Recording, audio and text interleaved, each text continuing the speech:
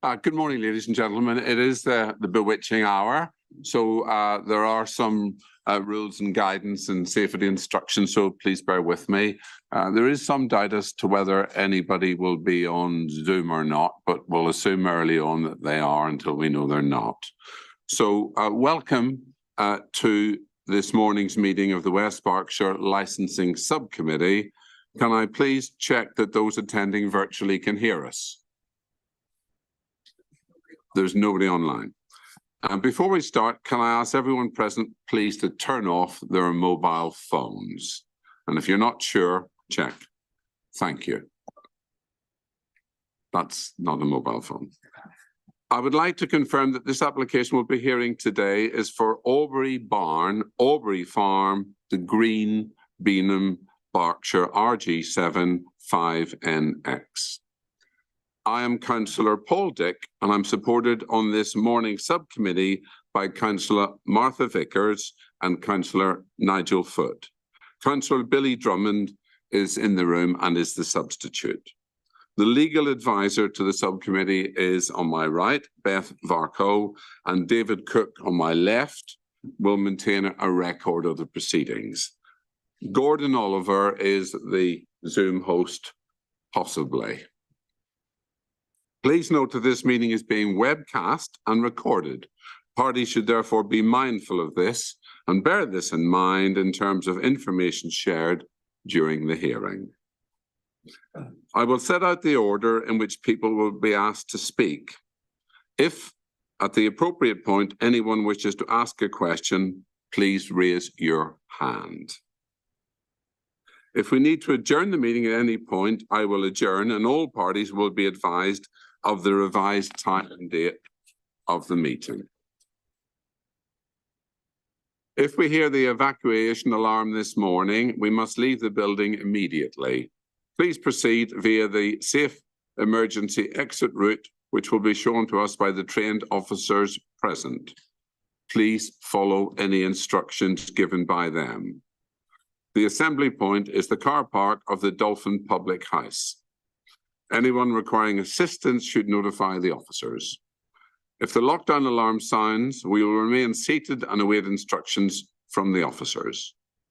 We will adjourn the meeting until such time as it is safe to proceed. Does anyone have any questions about the way the meeting will be conducted? Answer: there was none. Again, I'm supposed to check about remote, but we still have no remote people. Okay. Can I confirm that the applicant Nigel Hopes is attending today in person, as is Duncan Craig? Thank you. Can I confirm that the following objectors are attending in person and intending to speak? Leslie McEwen, thank you, and Councillor Peter McEwen from Beanham Parish Council. Yes, I'm not as an objector. I am representing. And you're Peter McEwen. Thank you.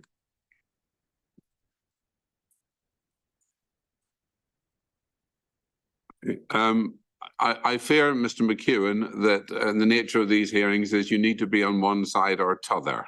Okay. Declare yourself. Yes, I am.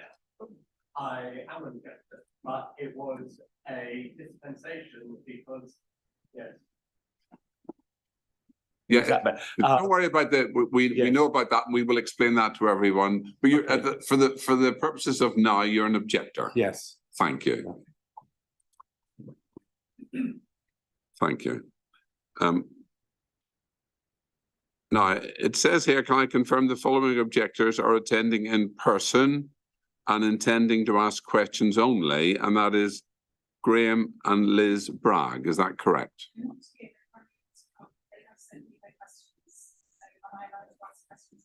Yes, of course, of course. Can I confirm that the following supporters attending in person and intending to speak, and that's Nigel Toon? Yes. Welcome, sir. Can I confirm that the ward member, Councillor Dominic Buick, is attending in person and intending to speak? Attending. Thank you. All other objections and letters of support submitted in writing will be taken into consideration by the panel when they make their determination on this matter.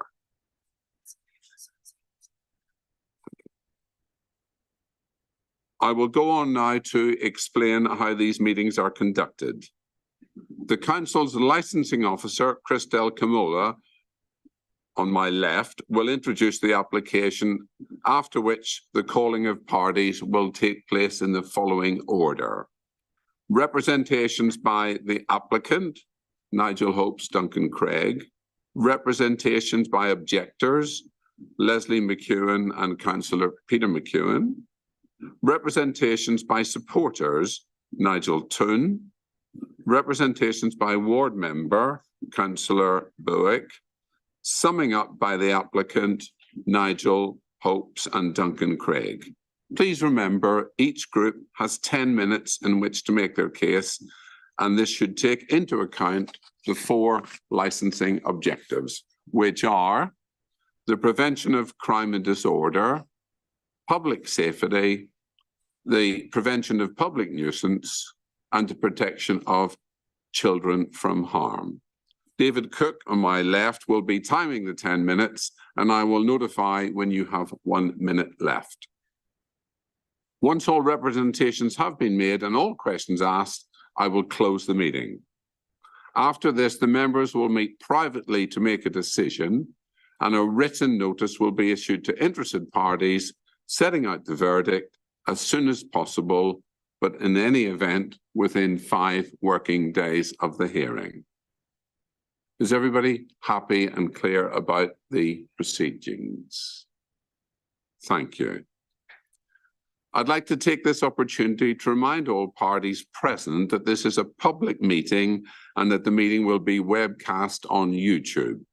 It is therefore necessary to remind all attendees again that they're in a public forum and ask participants to bear that in mind in terms of anything said during the hearing. I'm now asking members if they have any interest they wish to declare. Members say no. I do. I need to declare that that Mrs. McEwen did work for me some years ago. I employed a lot of people, and I'm quite content that I am able to adjudicate on this matter. Yeah. And that's a personal issue for me rather than anything else. No one else has anything to say. Thank you. If everyone is ready, we will now get started. Could I please ask Crystal, the light? Okay, all right. Sorry, there is one other piece of news which probably isn't news, but it needs to be put on the formal record first. Beanham Parish Council have submitted a representation as an objector to the application. Evidence was provided on Thursday, the 7th of December at 3:07 p.m. demonstrating that this email was sent to the licensing email on the 8th of November 2023 at 21:47 and therefore was within the consultation deadline. The licensing team did not receive the email, which has been confirmed by our IT department. However, the council has accepted this evidence that the representation was indeed submitted in time and therefore now forms part of the material before the licensing subcommittee. Copies of the representation have been circulated to the parties and the members sitting on the licensing subcommittee, and hard copies have been made available this morning. Does any party wish to make an application for an adjournment for more time this morning to consider this representation, or adjournment for the hearing to be heard on another day in the light of this? You'll understand why that needs to be asked, but answer, there was none. So we can like Crystal. So we'll have another go. So Christelle, would you please proceed with introducing the application for us? Thank you. Thank you, Councillor Dick. Can everyone hear me clearly? Okay, thank you. My name is Christelle Kamola. I'm a licensing officer with the Public Protection Partnership. I will now introduce the application. On the 10th of October 2023, the Licensing Authority received from Mr. Nigel Hopes a new premises licence application under Section 17 of the Licensing Act 2003. The application relates to a premises located at Aubrey Farm, The Green, Beanham, Berkshire, RG7 5NX. The application has been recorded on the licensing database under reference number 22873. The application was validated on the 13th of October 2023, and the consultation ended on the 10th of November 2023. A copy of the application, including a location map and plan, is attached at Appendix 1 and 2 of the report. The application seeks to obtain the following licensable activity: supply of alcohol Saturday from 1200 to 2300 hours for the consumption of alcohol both on and off the premises. I confirm that the application was made in accordance with the Act, and responsible authorities, ward members and the Parish Council were notified of the application by email on the 13th of October 2023. The application was advertised in accordance with the regulations, with the required blue notices being placed at the premises and checked by an officer from the Public Protection Partnership. An advert was placed in the news. The applicant has offered up many measures to support the licensing objectives, including a noise management plan. 16 representations have been made from the public, and 15 have been made from the public, and that makes 16, including the extra one from Beanham Parish Council. The 15 representations from members of the public can be found at Appendix E, and as stated by Councillor Dick, the other representation has been circulated. If anybody wants another copy, we have some here. Overall, concerns noted in the representations were related to the potential for antisocial behaviour and the subsequent public nuisance that the granting of the licence would undermine all 4 of the licensing objectives. 27 representations have been made in support of the application. These can be found at Appendix F. We received 1 further support representation on the 7th of December. This has not been included as it was outside the consultation period. As relevant representations were made, members must determine the application. Members must consider all representations, both written or oral, with due regards to the licensing objectives, and decide whether the application for a premises licence should be granted or rejected. If members are minded to include any additional conditions other than those offered up by the applicant, they will need to provide their reasons for doing so in the decision notice. Licensing authorities should only impose conditions which are necessary and proportionate to the promotion of the licensing objectives. In addition to that, the conditions need to be enforceable. And that concludes my introduction of the application. Thank you. Thank you. That was very clear. So, firstly, members, have you any questions for the officer, please? No? Okay, you sure? Okay, thank you. So, the applicant first, have you any questions? Okay. Thank you. The objectors, any questions for the officer? Thank you. Sorry. Ward member, sir, have you a question for the officer? None, thank you. Thank you.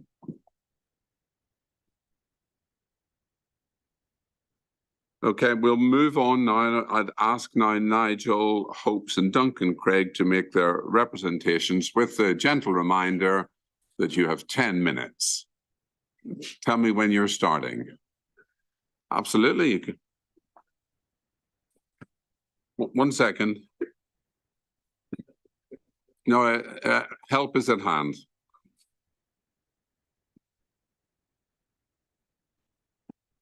Okay. Well, sure. Can we hear you? Testing, yes. We can. Yeah, very good. Your time starts now, sir. Good morning, ladies and gentlemen, Mr. Chairman. My name is Nigel Hopes, the applicant and owner of Aubrey Farm and joint owner and designated premises supervisor at the Six Bells pub. Prior to retirement, I worked for PwC PricewaterhouseCoopers for 37 years, 25 as a partner. I led the firm's regional transaction services business and was the European leader of its energy and utilities practice. I remain a fellow of the Institute of Chartered Accountants in England and Wales. Following retirement, I worked for King Charles for 2 years in the number 2 role as CFO at the Prince's Trust, his largest charity. Throughout my professional career, I've always acted with integrity and objectivity in line with the Nolan principles and my own personal values. Some might argue that as the licence attaches to the premises, the integrity of the applicant is not relevant. I believe the personal professionalism of the licence operator is key. This has been demonstrated in the manner in which I operate the Six Bells pub. My wife Una and I are highly invested in the local community, and we will always strive to uphold and indeed enhance the 4 licensing objectives. As can be seen from the agreed conditions, to achieve the comprehensive mitigation proposals will require a very substantial capital investment. We are seeking to provide a high-end quality venue that will considerably support the local economy whilst preserving the Tithe Barn, a beautiful local heritage asset for all to enjoy. We initially submitted a licence application over a year ago. Following advice from the licensing officer, that application was withdrawn pending the submission of our change of use planning application. We have worked closely with the key consultees, in particular the police and the WBC Environmental Health Officer. We have agreed to all of their proposed conditions. Our change of use application generated considerable objections and indeed local support. In licensing terms, the objections were mainly around prevention of public nuisance. The Licensing Act encourages negotiation, and we listened. At the outset, we held an open meeting at the barn attended by over 70 people. We made ourselves available for a week whilst we were working at the pub, and we held a meeting with our local councillor. We reflected on the helpful input and comments made.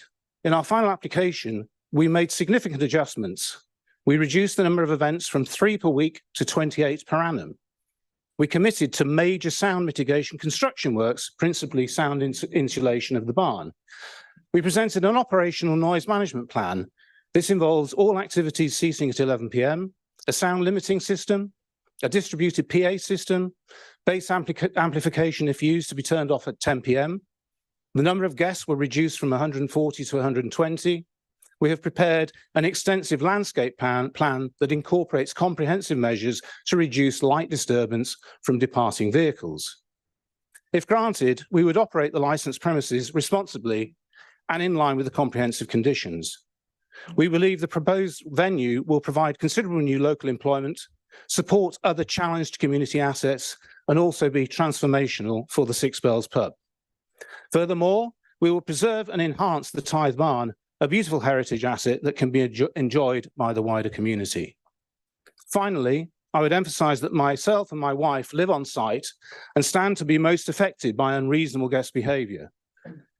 We will be closely involved and present at all events and have control over all bookings.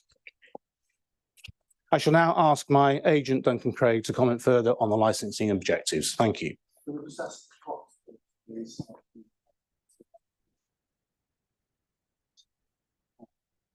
Thank you very much. The clock is paused. Are you ready to start? I am I'm going to, because the way I operate is quite chaotic. You don't need to tell us that.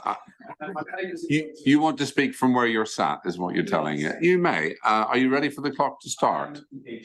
So ordered. Thank you. Turn this microphone.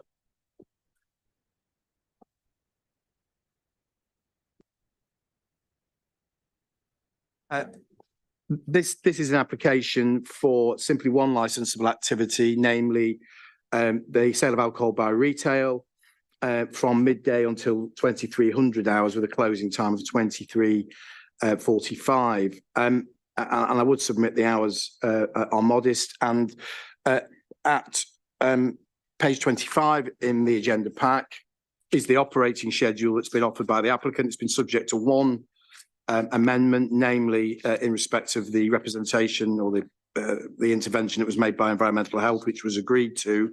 I'm not going to, clearly, given the time limit, I'm not going to go through them verbatim, but the key considerations here are limited to 28 event days a year. There are conditions in relation to CCTV, incident register, staff training, and most importantly, in respect of public nuisance, dispersals policy, a noise management, a noise limiter, requirements in respect of noise sensitive premises, from amplified music, requirement to undertake sound insulation works to the premises, and key to all that and tied into all that is that no noise shall emanate from the premises through the structure, which gives rise to undue disturbance to local residents. You have a raft of conditions there that sit in conjunction with the fact that there is no regulated entertainment under this license. Obviously, by virtue of having a alcohol license via the Live Music Act, it is permitted to have live and recorded music, but there's workplace permissions for such entertainment in any event. Even this place didn't have a license. I'll turn now, if I may, to the representations that have been made.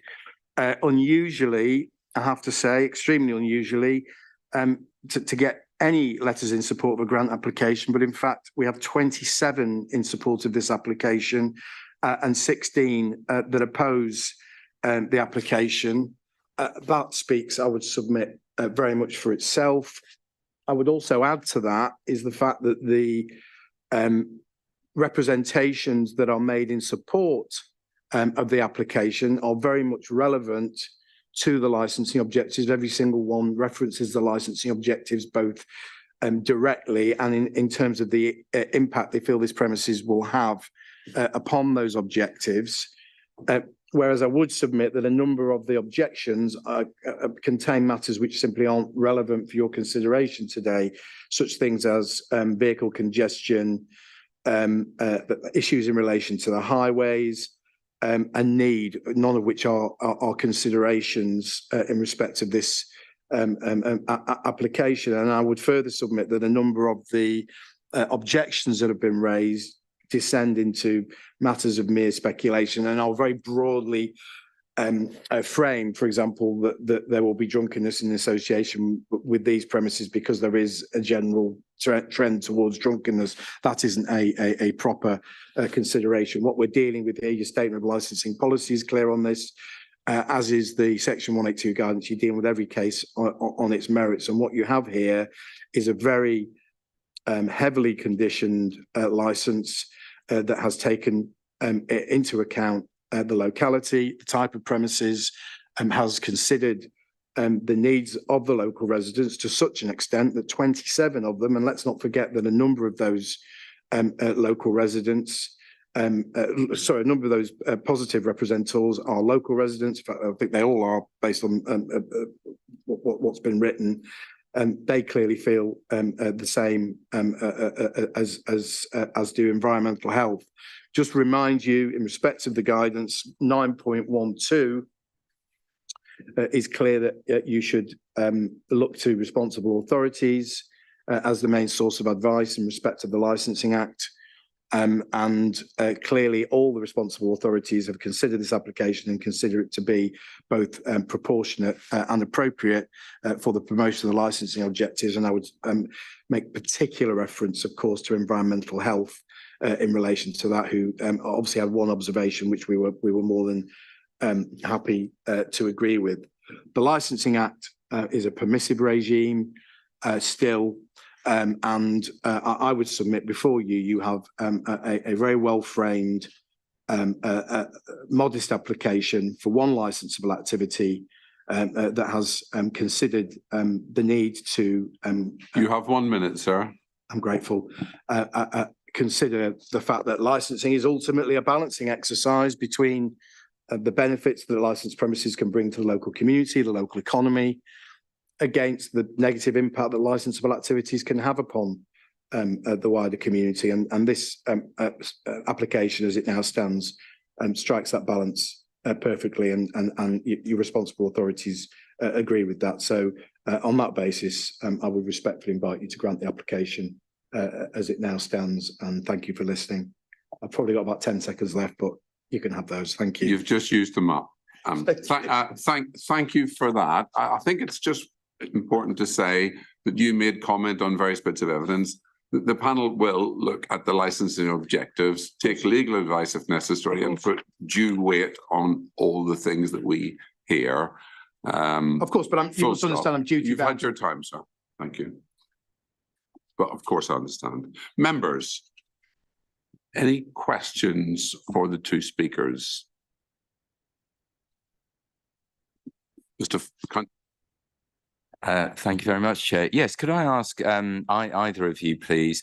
There is a fence around the premises, and I understand that is designed primarily to help with noise mitigation. And obviously, objectors are concerned when an event finishes and people come out of the barn, are chatting, there could be noise.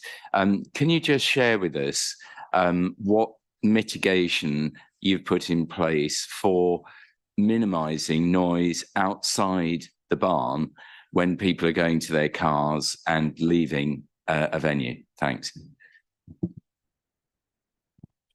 There isn't a fence that goes all around the premises, other than the normal perimeter fence for the barn. I think the fence that you're referring to is the acoustic fence that is at the entrance to the premises, and that is a 2.5 metre high acoustic fence that will run 35 metres up the driveway. We will be using vegetation to make it less intrusive, and that will provide I'm advised, a considerable barrier to mitigate noise of vehicles departing from the premises. In terms of specific mitigation, there will be regarding people moving from the barn to the car park. This will be actively managed by our team of people on site. The reality is, can I stop people from talking to one another as they walk from the barn to the car park? Probably not. But the fact that we're 150 metres from the nearest residential premises means that I don't think normal discussion is going to have an impact on the local residents. And if people are shouting and hollering, we will be actively managing them with a fairly extensive team of personnel on site. Does that answer your question? Yeah, could I just add as well, at page 26, condition 9, that the premises also required, obviously, that'll be formulated before any licensable activities take place, assuming the license is granted. Premises required to implement, operate and maintain a policy to manage dispersal of customers from the premises, and that would obviously form part of that as well. Thank you. Are you content, sir? Councillor Vickers. Thank you very much. Thanks for your presentation. I was just wondering how many people you will be employing on the site, sort of managing the people that are coming and going sort of at the late hours, because obviously people might well come out and put their car radios on and they might be blasting out, even though you haven't been. So will there be quite a few individuals on site who will be approaching individuals who are making excessive noise? Yeah, it will depend on. Not every event will be the full 120 people, so the number of people will depend on the attendees. But our current plan estimates that it's going to be broadly 15 people responsible for the catering and bar, and 10 general staff to support the general operation, including managing the dispersal policy and the various other requirements of events. Are you content, Councillor? Any further questions from my colleagues? I have a couple. Could you talk to us a little bit about, there's the end of serving, not the technical expression, when you stop serving. In common parlance, there's drinking up time. and then there's getting people off the premises. Can you give us a bit of clarity around those times and how manageable all that is, please? Okay. As we've said, I believe, well, as we've said in the noise management plan, myself and my wife Una will be entirely responsible for deciding, you know, who we actually accept bookings from, and we will be explaining to them very, very clearly that 11 o'clock is an absolute deadline. At 11 p.m., the house lights will go up, the music will go off. And everybody involved will be aware of that, both the people attending and the bar staff, and indeed any entertainment. So, and you've probably experienced it. You know, as soon as the music goes off and the lights go up, it's very, very clear that the event is over. We will then, as we say, as we've said, we will have our team of approximately 10 at that point to manage the dispersal of people off-site. And we will work very, very closely with the attendees. So the immediate, you know, the immediate bride and groom and their supporters, they will know very, very clearly that it is finished at 11 o'clock. And there's a 3/4 of an hour period, and we believe that is more than adequate to manage in an orderly way the dispersal of people from the site. And we will be saying to people, if you don't like that, don't come to us. You know, it's very, very simple. This is a high quality venue, and if you're uncomfortable with an absolutely clear 11 o'clock finish, don't come to us. So 11. Sorry, just Russell, just invite you to page 24. Don't necessarily need to turn there. It's just a time on there, but obviously licensable activities, namely the sale of alcohol, ceases at 11 o'clock. There's 45 minutes then for the premises to close. I think that's a sensible. So often, obviously, we had the old drinking up time under the 1964 Act, and that was 20 minutes, and then I think it became half an hour, didn't it? And I think it's generally accepted that's probably too quick, and a lot of premises then, when the Licensing Act 2003 came in, went for an hour. But I think an hour's people are hanging about a bit too long. I think what Nigel's done here is quite sensible compromise between. I think 45 minutes is an appropriate period of time for people to be off the premises and the premises. And if I may, sorry, something I didn't clarify. Probably I wasn't clear. The 11 o'clock is the finish time. So in terms of drinking up time, we're not going to be saying at 11 o'clock it's last orders. We're going to be saying at 20 to 11 or thereabouts. And I don't think it works in the same way as a pub. You know, in the pub, sometimes we do actually announce last orders. We don't legally have to, because we've got a license until 1 a.m. in the morning, which we never actually use. I think in a wedding environment, it's rather different. You don't typically say, hey guys, you know, the disco is going off in 15 minutes, you know, place your last order at 20 to 11. But to make it clear, it is a finish at 11 o'clock. That is not the start of drinking up time for another 20 minutes. So we're eating into the 45 minutes that we've allowed. Its lights are up, it's finished, and it's from then that people are actually managed to leave the premises. That's why we think 45 minutes is more than adequate to achieve that in a very controlled way. Thank you both. One more minor question from me. Off sales are included in the application. Discuss. Can I go for it? There'll be two reasons for that. First of all, in any event, every license in the country that presently has on sales has off sales by virtue of the Business and Planning Act. That will apply up until March 2025. But the issue is here that if I invite you, please, to turn to the plan, which is, sorry, forgive me, it is at. I've written it down. I do apologise. I don't know where I put it. 35. Thank you very much, Chair. You saved my blushes there. The plan, the licensable area simply covers the barn. And so, strictly speaking, if it was only on sales, no one would ever be able to take a drink outside, for example, for a cigarette, or to.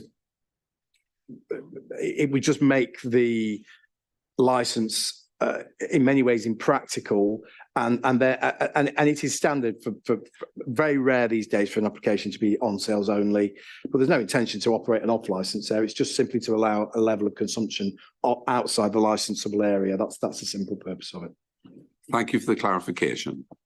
Thank you. I'm assuming members have no further questions. So the objectors, Mrs. McKeown. Thank you. Some of these are from Mr. Bragg and Mrs. Bragg. You've talked about bride and groom, but the application is for a multi-events venue, not just a wedding venue. Can you clarify what you envisage might be a multi-events venue, what it might entail? Okay. This is absolutely designed to be a wedding venue. We've used flexible events venue as a term to allow for flexibility. There was, in some of the objections, there's questions: are we going to look to hold pop festivals and really riotous types of activity? Absolutely not. The type of thing that we would be thinking of, particularly in the first year. Because in the first year of operation, it's unlikely we are going to get 28 couples that come along and say we want to get married, because typically, as you will know, weddings are planned at least a year in advance. So in our first year of operation, we're probably not going to have much wedding business. We will have one or two because, well, hopefully, if we're granted the license. The sort of thing we're thinking of is upmarket parties, 50th birthday parties, 60th birthday parties, 70th birthday parties, that type of event. We're also thinking about community events. So, potentially a barn dance for the local community, a Christmas event, Santa's grotto, the way we can get lots of local children involved. We initially wanted to have 3 events a week. The main reason for having 3 events a week was not because we ever envisaged ourselves running a wedding, 3 weddings every week. It was to enable us to have primarily community-led activities, things like a weekly Sarot class, that's dancing, a weekly yoga class. That was going to use up, just 2 community events would use up, 2 of our 3 events a week. We had to eliminate all of that because people didn't believe that that's what we intended to do. But to give you that assurance, there is absolutely no question that we want to do anything other than very, very high quality wedding type events. And if we have the capacity to provide for some really, I hope, events that will bring the local community together and will be very well received. The premises have historically been used for community events under the previous ownership. And let's not forget that Nigel and Una live very much on the premises, very near to the barn, so that they're not going to want anything there that's going to disturb them in any way or not be conducive to their living environment. Thank you. Although the pub is on the market, you referred to people supporting the pub as well. So there may be people who come to your event who stay at the B&B, which is currently available in the pub. And I believe you're also hoping to have accommodation on site for a limited number of people to stay over. Is that still correct? Yes. So after 11:45, what is to prevent people who may be staying at the B&B and people who are staying in your accommodation on the farm actually milling around outside of the barn, continuing to drink because they might have brought stuff with them, or just continuing to chat and make a lot of noise? Because that could go on well past 11:45 at night. Potentially it could, but I don't think there's no difference in terms of our mitigation procedures and our management of those people.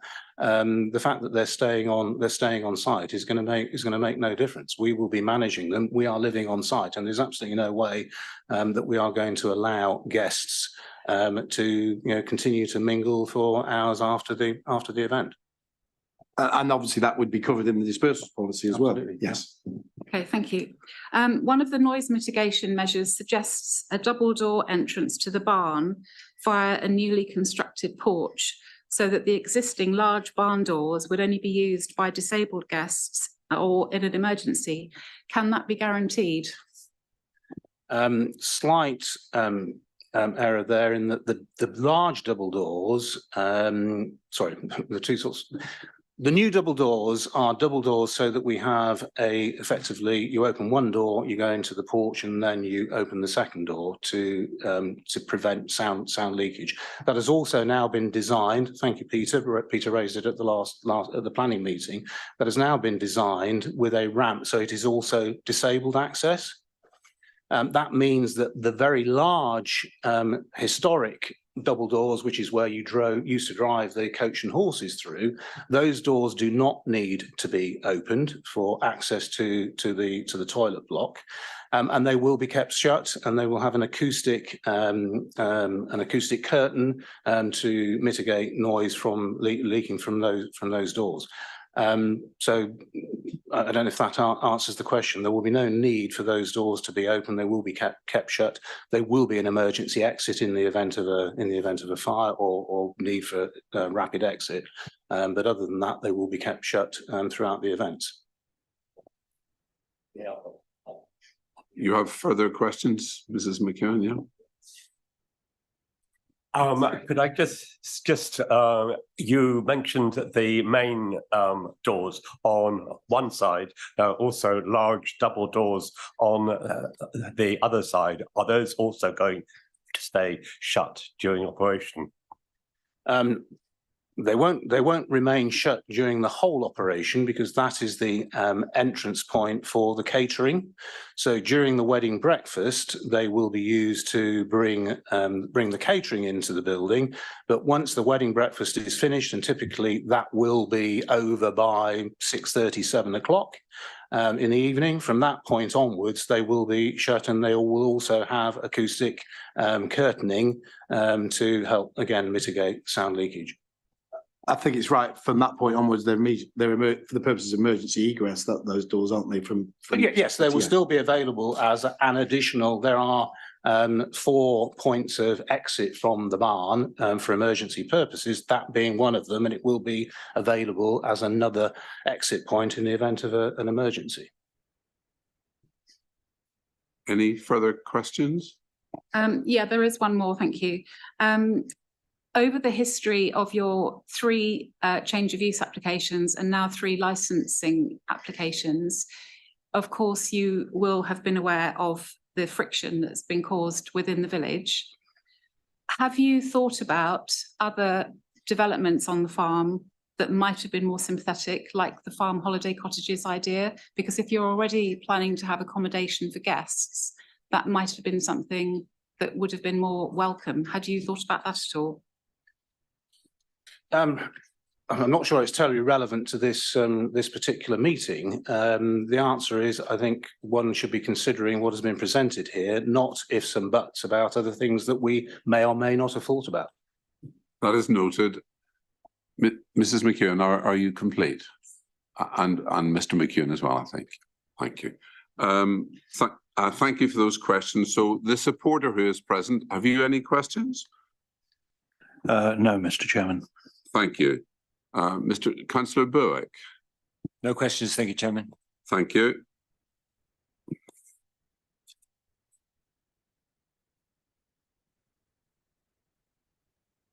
So nice, yeah. Okay, so we now move to another 10-minute slot, which is for Leslie McEwen and Councillor Peter McEwen. So let us know when you're ready, and the 10 minutes, of course, is to be split between you. That's not what the email from, I'm not sure who it was from, maybe David Cook said. They said because there was a mix-up by the council about presenting the parish council's views, they would therefore allow the parish council to be represented at the meeting. So I have come as a representative of the council and not as an objector. Thank you. I said at the beginning of the meeting that there were 10 minutes allocated, and the advice is coming that should be the case. I would also say that I don't quite accept your version. Something went wrong. Yes, whose fault it was, we will never know. But when we have evidence that your email came in, we then allowed this information to be included. So let's aim for 10 minutes and see how we go. Shall we do that? I would just say that there is an email from West Berkshire Council saying to the parish clerk, not to an objector, to the parish clerk, saying we have agreed that the parish council may be represented at this meeting. I understand that, you've said that, but the advice still is that we have 10 minutes. So let's aim for 10 minutes and let's see if there's anything burning at the end of the time slot. Do you want to have a couple of minutes to plan and plot? So let us know when you're ready to start your 10 minutes. Okay, thank you. We're all yours. I wonder if you councillors have actually visited Beanham. It is a small rural village and incredibly peaceful and safe. We rarely have through traffic and we don't hear the M4 or the A4. People move to the village and stay because of the tranquility, which others only enjoy when they go away on holiday. We don't have problems with crime or disorder, and there's no public nuisance from people attending the many village events. I wonder what you hear when you live, where you live on a typical Saturday. For us, it might be a lawnmower, a car going by, some kids playing in a garden, birds singing. It is a really peaceful rural community, and we appreciate the peace and quiet. There are well-established events venues within a few miles of Beanham, such as the Old Mill at Aldermaston, Ufton Court, Wasing, and Rushall Barn in Bradfield, but none of them lie within a small village. Here, at least 40 properties back directly onto the site, 15 of them just 150 metres away, and over 100 within 300 metres. On a Saturday in April this year, a sound level reading was taken between 7 and 7:30 p.m, about 250 metres from the barn at one of the properties which back onto the farm. There were no events going on at the time. The ambient noise level was 34.8 decibels. This level is likened to that of a quiet library, and it uses the same formula as the levels applied in the conditions for the planning application, one of which said that there should be a maximum sound level of 35 decibels, just 0.2 higher. It would be impossible to adhere to that noise level with 120 guests, plus staff, plus entertainers, and all the attendant traffic arriving and leaving the site. This noise over the 11 hours of the licence, plus the traffic leaving the venue after midnight, would constitute an undoubted and unremitting public nuisance to Beanham residents. Looking at measured height above sea level, the venue lies roughly 5 metres lower than surrounding properties. Sound always carries more upwards, and it carries faster in warm weather. So on summer days, when people are enjoying their gardens, the noise would travel easily across the open fields to the neighbouring properties and beyond. Evening noise would disturb anyone needing an early night, including the many children in the village. Dozens of vehicles leaving the venue after midnight would disturb everyone who lives along the single road through the village. To quote policy OV 56 of the West Berkshire District Local Plan, noise can be a major nuisance. The background levels of noise in residential areas in the countryside are often low. The introduction of noisy activities into such areas can therefore be especially disruptive and can be intrusive and damaging to their special sense of place. The conditions state no noise should give rise to undue disturbance to local residents, but apparently the licensee shall be available to receive and respond to nuisance-related complaints, and a contact number should be readily available upon request. This begs the questions as to how we request the phone number, and anyway, why should we have to put up with this disturbance if the noise is supposed to be limited to 35 decibels? Lying within the North Wessex Downs AONB is particularly important for Beanham, and the planning officer of the ONB said that the ONB is particularly sensitive to developments that are visually prominent or are noisy, which would have a negative effect on tranquility and dark skies, special qualities of the AONB. These dark skies are precious, but of course lighting the car park and the driveway would cause a nuisance to nearby residents. Regarding public safety, consider the single narrow winding road system through the village. with several sharp bends and single track pinch points. Long stretches have no pavements. The road immediately outside Aubrey Farm has poor sight lines in both directions, and many properties there have to park their cars in the road because they don't have driveways. Nevertheless, on Saturdays, when the roads are really quiet, people happily cycle, walk, or ride horses through the village, as is their right. The influx of 120 guests, plus staff and entertainers, arriving at a set time on unfamiliar narrow country lanes is bound to be a hazard, and particularly a significant risk to the safety of children on their bikes or ponies. The road system is already at capacity according to highways, who have used this to block any new house building in the village. So these pulses of traffic as people arrive at the venue would be a public nuisance and certainly a risk to public safety.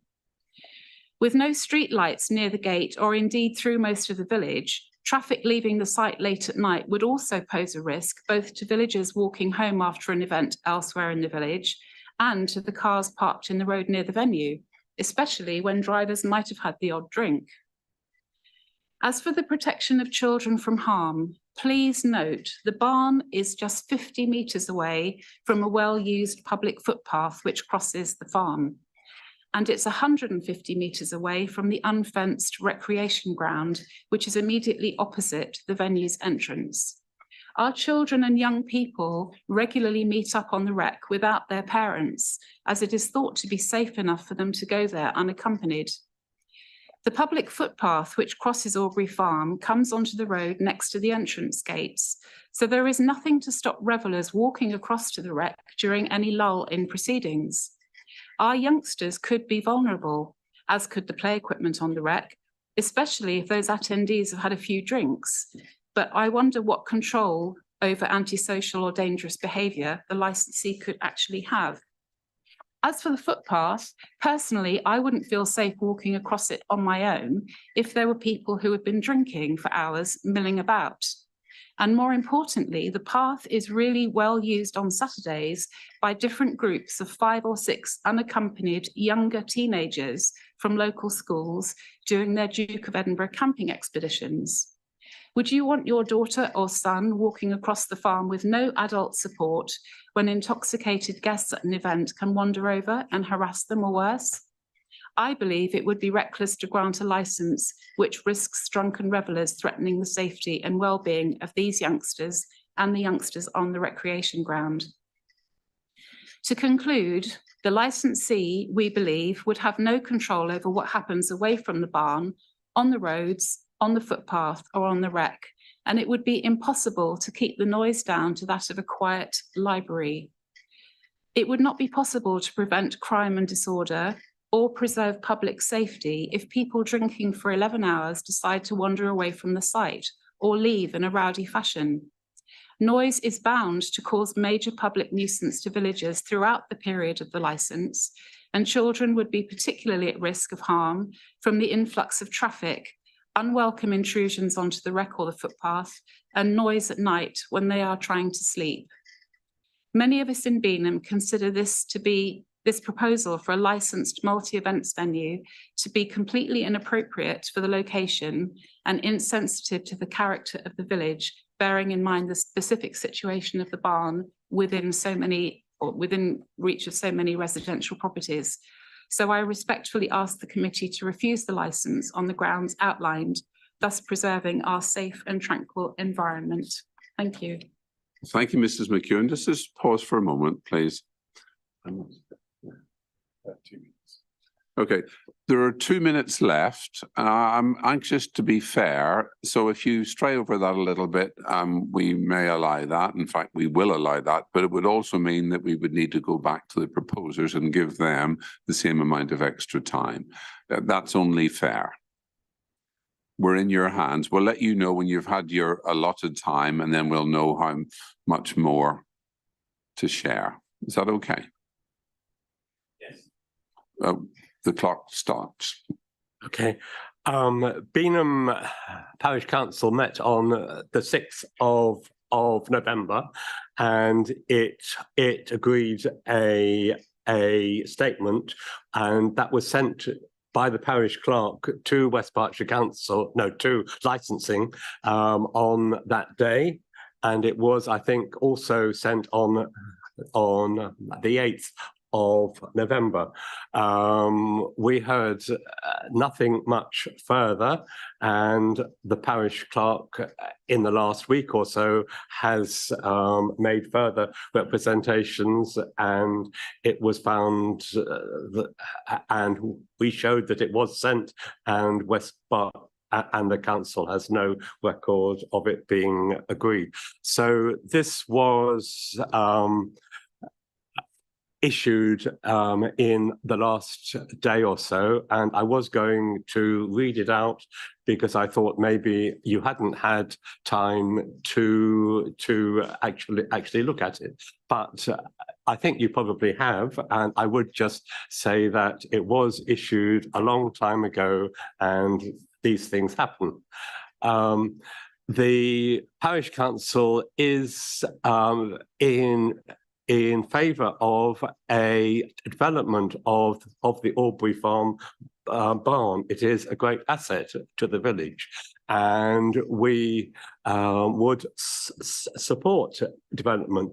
But the general feeling, as shown by the statement issued by the council, is that I'm sorry to interrupt. You've had your Okay. time, but as I said, the clock 30 is now seconds. running for both parties. Thank you. That we think that a wedding venue is not appropriate for most of the reasons which were explained by the objector. Thank you.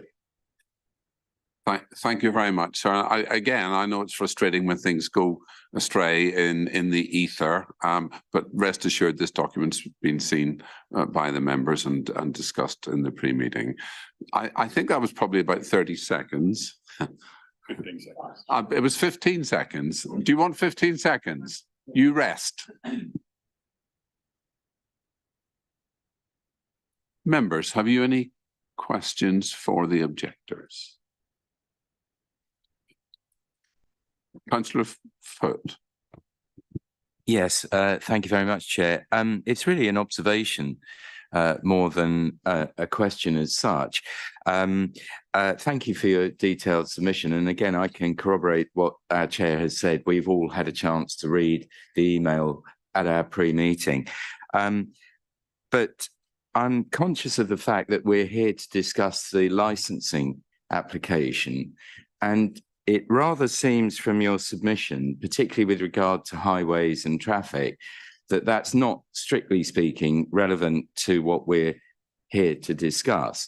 I fully accept and have listened carefully to your points about potential harm to children, you know, the four major points of licensing applications. But I did just want to make the comment that we're discussing really the licensing application, and anything that strays into highways and that sort of thing, I don't think, in my personal opinion, is particularly relevant to how I'm going to approach this.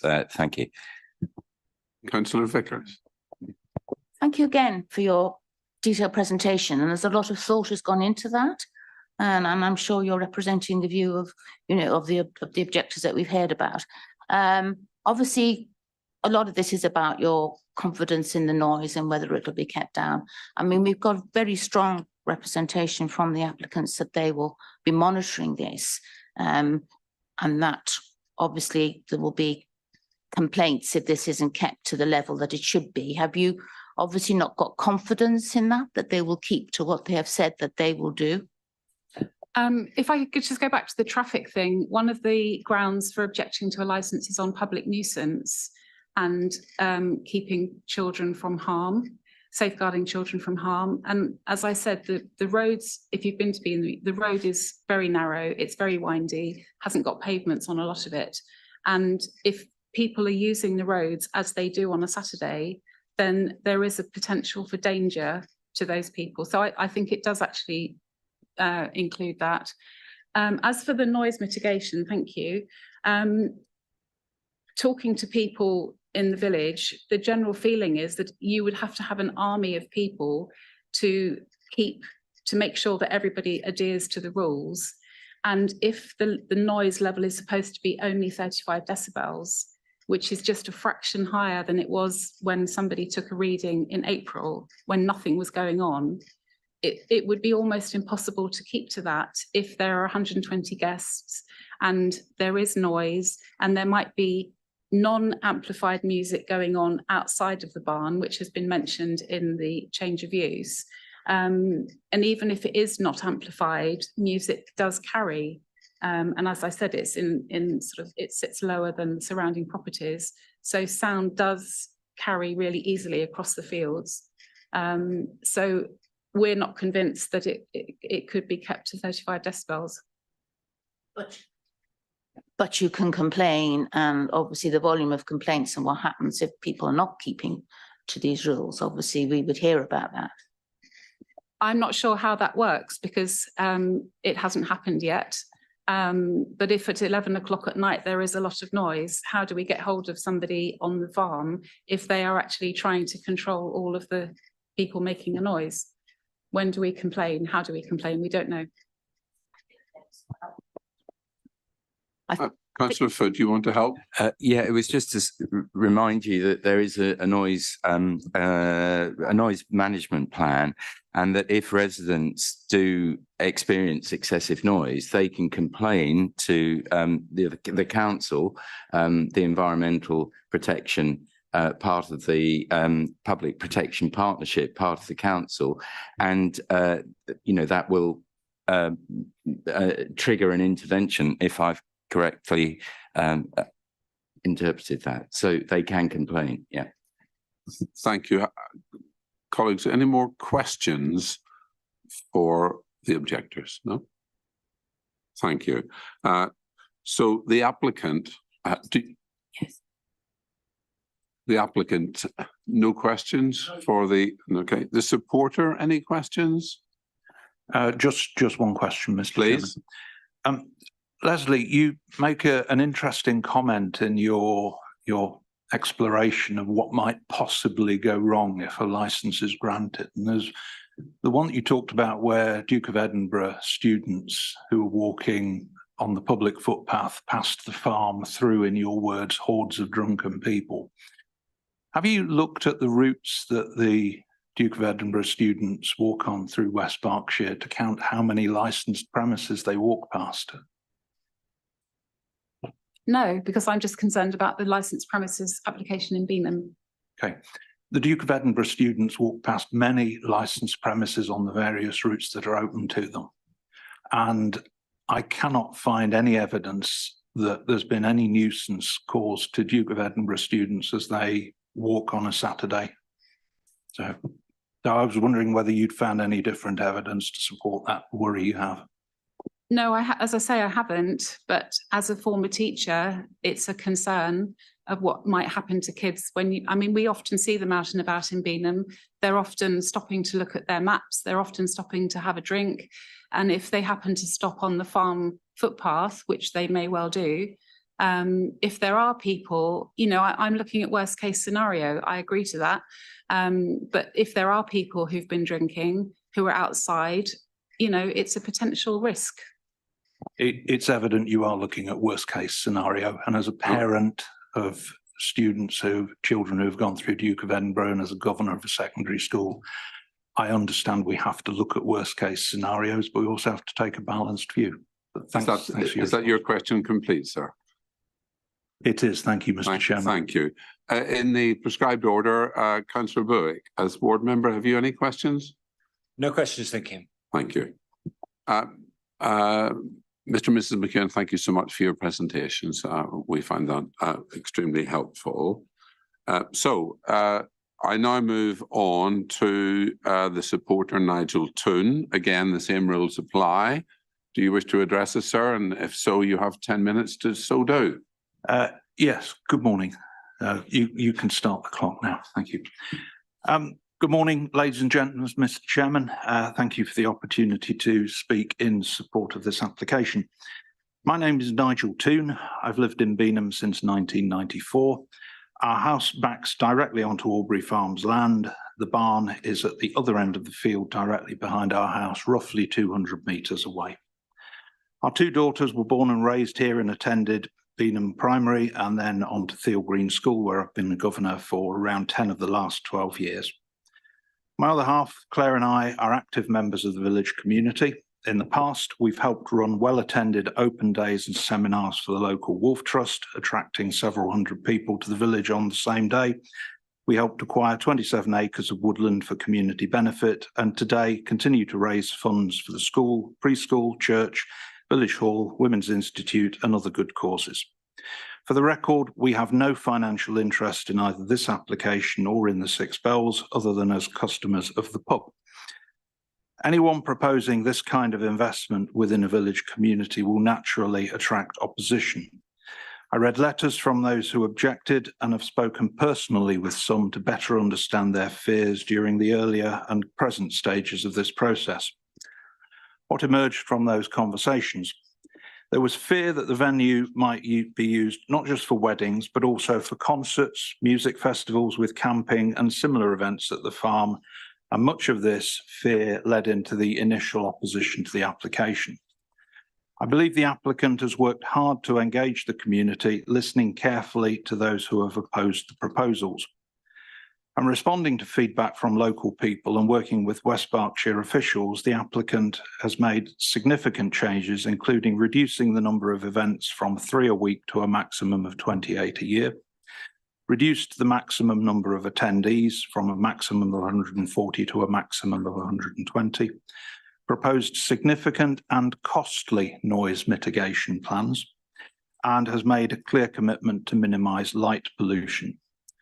There was, and for some opposing the application still is, a lack of appreciation of the impact the changes the applicant has made.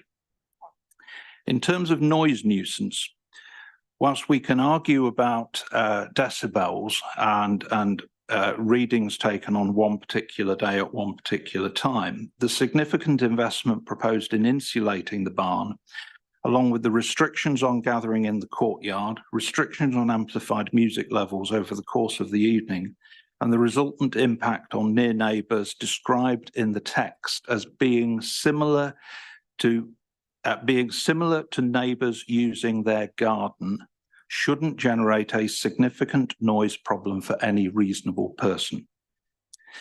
Given the strict limits placed on the operating hours for music and the sale of alcohol, frankly, this isn't the kind of venue that is going to be a first choice for young people looking to party until dawn. With the restrictions in place, the venue is likely to be more attractive to older couples on their second or maybe even their third marriage than to younger couples. In fact, the type of events proposed at Aubrey Farm Barn have been held there on many occasions by the previous owner of the farm. Some were for the general benefit of the village, some were organised as private events by villagers. Along with others, both supporters and current and earlier objectors, I attended a number of those events, and I cannot think of an occasion where harm was caused or where there was reason for complaint, even without the significant noise control measures the applicant has committed to in these plans. My view is the measures proposed and committed to as part of the earlier processes and this application mean that the 4 risks that the licensing committee are asking to be considered are minimal and certainly no worse than those presented by any other licensed venue. As with any change, those who object are likely to flag those objections more than those who are either supporters of the change or are neutral to it. As a point of fact, during the earlier stages of the planning process, there were almost as many supporters as objectors. That application generated 60 named supporters and 62 named objectors, very finely balanced. This present licence application, I think, again reflects a balanced view across the village. And of those named as supporting the application, I know all bar 3 of them to be residents of the village. This application has the potential to bring something exciting and new to Beanham. The proposed venue is very different in nature in terms of facilities provided, the scale of the venue, and I expect pricing, to the village hall, to the local club, and to the community room that is shared with the school. Contrary to some of the objectors, I don't see the proposed venue competing with or putting those facilities at risk. I believe the proposed investment is additive to the village, good for local employment, and does nothing to add to create incremental pollution of any form. In my view, whilst there are some who will object to any application of this kind, granting a licence for this barn, thus supporting the applicant's plan to invest in the village, would be good for the local community as a whole. The final point I'd make is that what you're doing here is you're granting a licence. And I drove here this morning because on the 10th of May 1978, the examiner considered I was fit to be given a driving licence. That driving licence can be removed if I ignore the laws that govern that licence.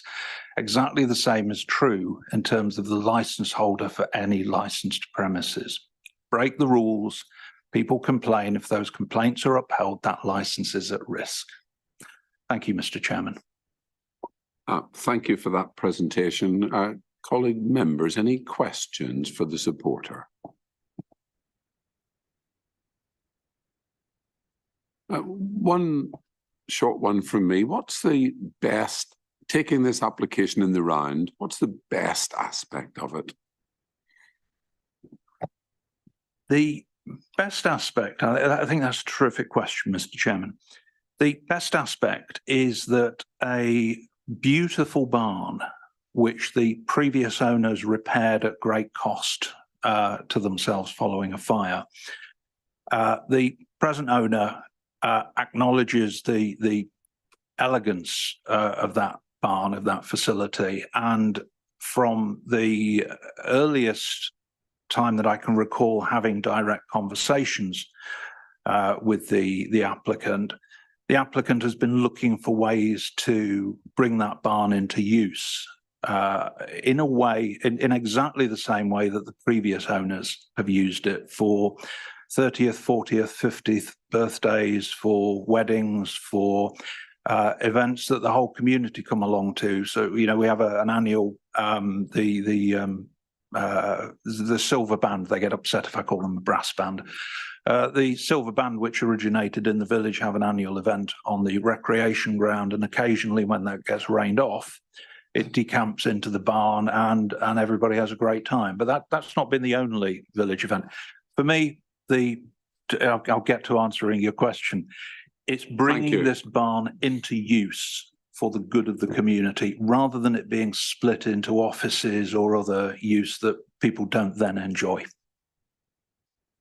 Thank you, sir. That was very clear. Thank you. So in time-honoured fashion, do the applicants have any questions for the supporter? The objectors? Thank Mrs. you. McEwen? You mentioned about the support from people within the village, which is true. I seem to remember that with the planning application, there were 18 from outside the village, and with the license application, looking at the addresses from on the emails that are in the pack, there are 6 from outside the village. And Beanham Wind Orchestra, I dare say, would like to be mentioned as Beanham Wind Orchestra rather than Silver Band. But I was interested in what you were saying about the previous owners. I would just like to reiterate what you said, if I'm allowed to, rather than ask a question. It's supposed to be a question. Can you make it look like a question? Do you remember how wonderful the village events were that were held by the previous owners? Did they have to have a license for those, or was it the pub that had the license? There are quite a few good questions in there, Leslie, and I'm going to try and do honour to them and answer them. If you think I've missed or swerved anything, I have no doubt you'll pick me up on it. So let me try and take those in reverse. So did the previous owners have formal licenses in place for the sale of alcohol, I can recall the Six Bells taking a license out in order to sell alcohol on the premises, but that's always possible for anybody to do. I'm not going to comment whether or not the previous owner were breaching any of the planning. Can we try and focus obligations on or this application? So Okay. alcohol has been sold under license in the barn. Yeah. Was there another part of the question? I don't recall any complaints around that, Leslie, do you? No, okay. Could you? Is there anything else? Have we missed anything? You're content? Are you sure? I'm sure there were quite a lot of other questions in there designed to throw shade on the comments I've made. Well, I'd love Mrs. the Micklein's chance to telling me answer that them. she's content. So if she's content, Okay. I'm content, sir. Thank Okay. you for that. Thank you, Mr. Chair. However, the ward member may have a question. No question. Thank you. So again, in time-honoured fashion, there's another 10-minute slot, which is for the ward member, Councillor Buick. Are you ready? I'm ready. But Your I won't time- need 10 minutes. Your time starts now. Sir. Thank you very much. I've been relatively. Oh, sorry, I didn't see it. I'm so sorry. Thank you. You can have an extra minute if Thanks you very need much it. indeed. I think that's deserved. Yeah, I've been quite close to this application and to the preceding planning applications, so I am very familiar with the arguments pro and anti the plans that the applicant, Mr. Hopes, has. And what disappoints me, what dismays me most about this whole thing is the division that has come about in the community. And I really regret that. And I'm going to come back to that in a moment when I wrap up. I've been approached both by Mr. Hopes and his supporters and had conversations with them where they've set out their plans to me. And I equally have had meetings with objectors where they've expressed in detail to me their concerns. So I think it's important that I make that clear. Right now, I'm not today going to recommend or request any particular direction. I don't seek to influence the members in their decisions. But what I do want to say is that I very much support, as many members of West Berkshire Council do, the promotion of business in our rural communities. It's very important, I think, for the local economies that businesses can set up and thrive, and we do, as a council, support that. I understand perfectly the concerns that the objectors have relating to their quality of life, and it's for planning committee. The members here today to balance that. I know that this application has been heavily conditioned, but in reaching your decision, members, if you're minded to support the application, then please consider whether there are any further conditions that you might be able to impose that would bring together the community. There will be a decision one way or another today, and I do very much hope that the two sides of the community can come together for the benefit of everybody. Thank you, Chairman. Thank you, Councillor. So, fellow members, any questions for the ward member? No, we have no questions. So the applicant, any questions? The objectors? Thank you. Do you have any ideas as to those extra conditions that you mentioned, what they might be? I'll leave that to the members, Leslie. Objectors are the objectors rest? Thank you. And the supporter? No questions, Mr. Chair. Thank you.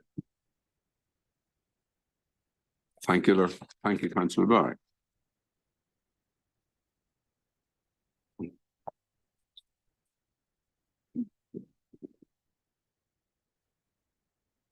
I would now like to invite the applicant if they wish to address any comments made at the subcommittee, which is obviously a summing up presentation.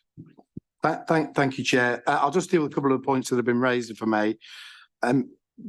Reference to the 34 point or the 35 decibel, please note that relates, and obviously environmental health have framed it, that essentially they devised that originally, that relates to amplified music. So any reference people are making to people talking being a breach of that condition, that just simply isn't the case. That condition relates simply to amplified music. I would just make the point, there's lots of references to, for example, people marauding over the common areas.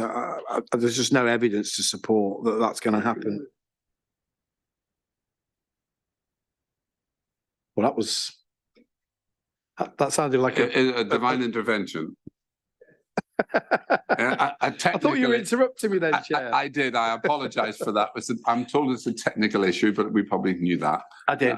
Are you ready to continue? Have you composed yourself? I just about. Thank you. Just make the point as well. Mr. McEwen made reference to the fact that 6 of the objectors aren't local people. Well, even on the basis that's correct, no reason to suggest it isn't. There's still more local people in support of this application than those who are objecting. Suggestions has been made about further conditions. This is a very heavily conditioned, assuming it's granted license and will be, that's been considered by responsible authorities. I would submit any further conditions on this license would be overly burdensome. Conditions on licenses should be proportionate and appropriate to the particular type of premises. I'm not going to go over everything I said. Just simply this. This is a well supported application for modest hours, modest numbers of attendees, no regulated entertainment, limited number of events a year.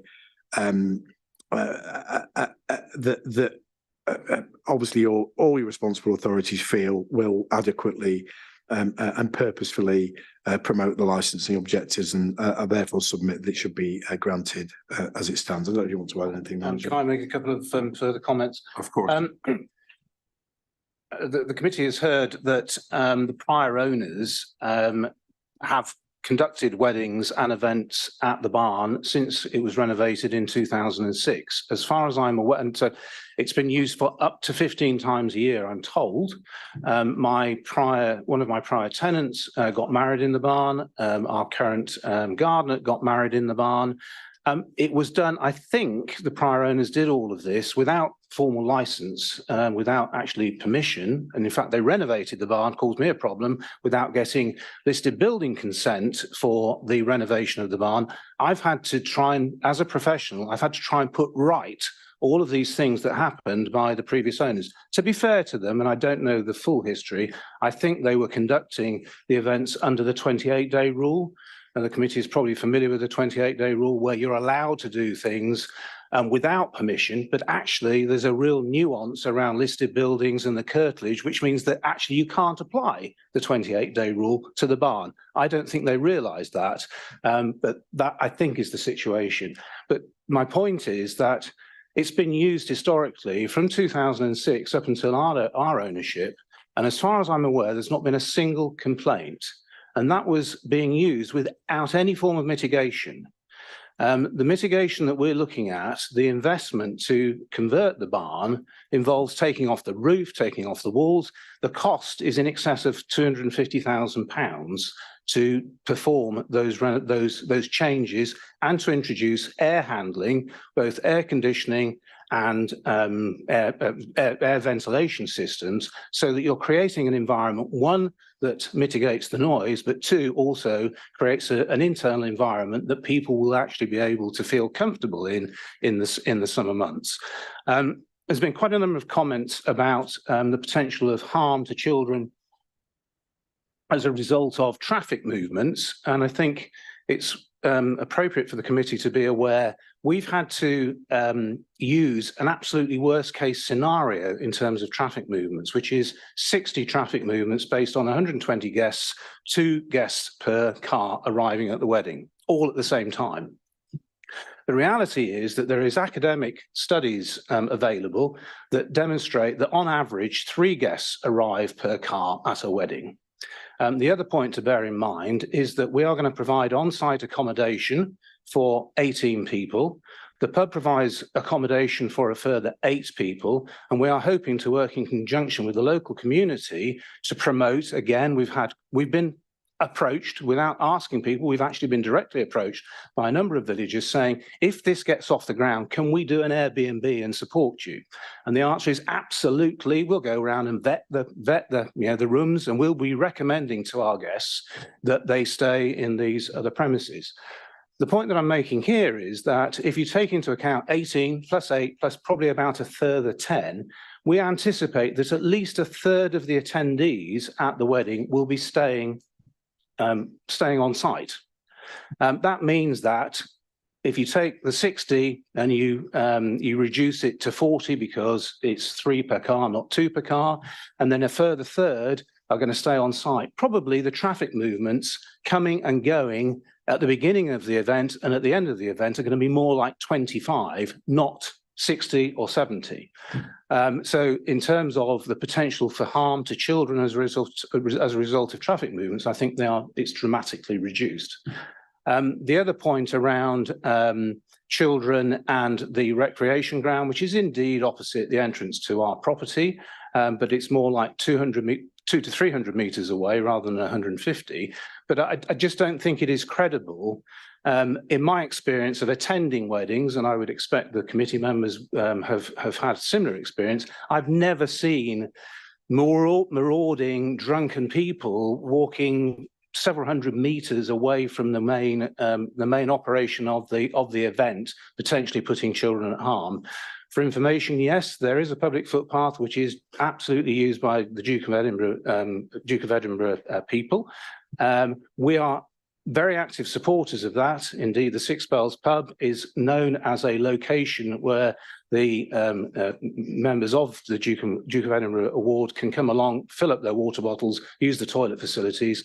So my point is that myself and Una are very, very supportive of that scheme and will be very, very concerned to make sure that there is no potential for harm as a result of the proximity of the path to the venue. Just checking, I think that's probably... Oh, I was delighted to hear that the parish council would support development at the barn. It's actually the first time that I've heard that. But I was very disappointed to hear the fact that our proposals have divided the village. I am aware of that, but only in passing. I've been told as it's a statement. We tried to be very, very open. As I said in my presentation, we initially held our open meeting at the barn. We then made ourselves available for a whole week. And we had one person that came and saw us during that week. And I'm very disappointed in the same way that Councillor Bowick is, that it has caused division. But I'm more disappointed because nobody other than one person has actually come and use the opportunity to say, these are our concerns. Can you please tell us more? I just don't know. And there's an awful lot of inappropriate and misleading commentary that has been made that we could have put right if people had responded to that whole week of opportunity.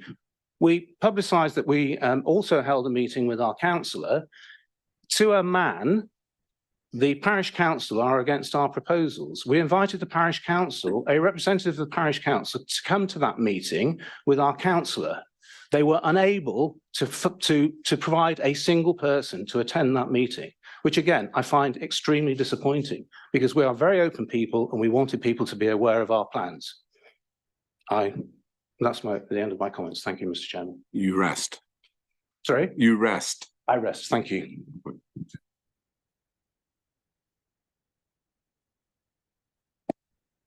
So thank you all for your contribution. Members now retire to consider the oral representations made as well as the written submissions set out on the agenda papers.